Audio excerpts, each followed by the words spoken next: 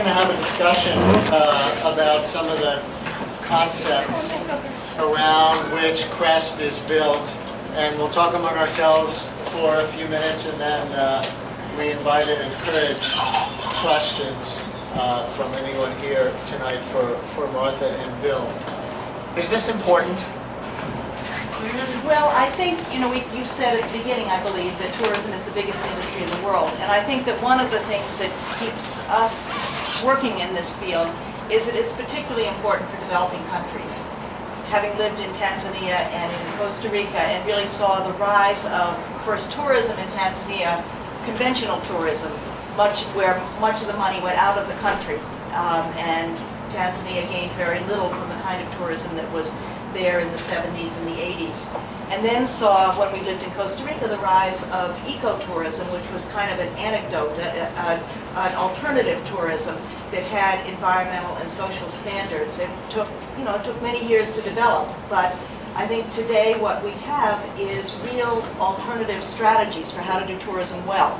And for countries around the world, it is that tourism, along with oil, is the biggest income generator in the poorest countries of the world, so it does matter.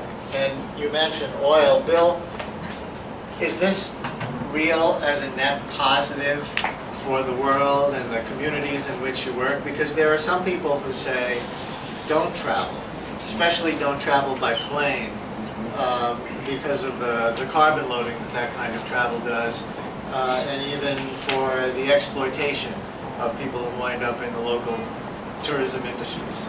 So is it real? Can this really be a net positive for the world, rather than just saying, let's do this less? It is a challenge, of course, to make it a net positive.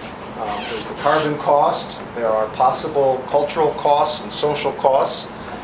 It's a time commitment from each of us. So there are many points on the cost side one could raise.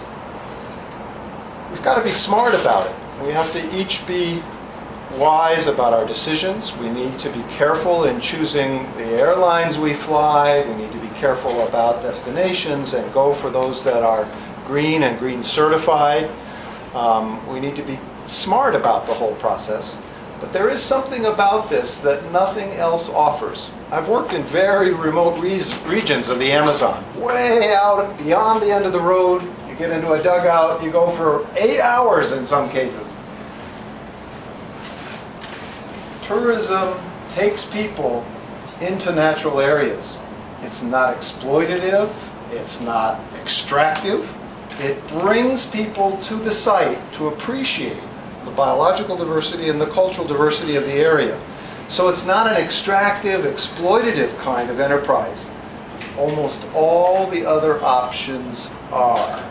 There's cattle, gold mining, petroleum exploration, all kinds of fruit crops and so on that require clearing the forest, destroying the biodiversity, and undermining the cultural integrity of the communities.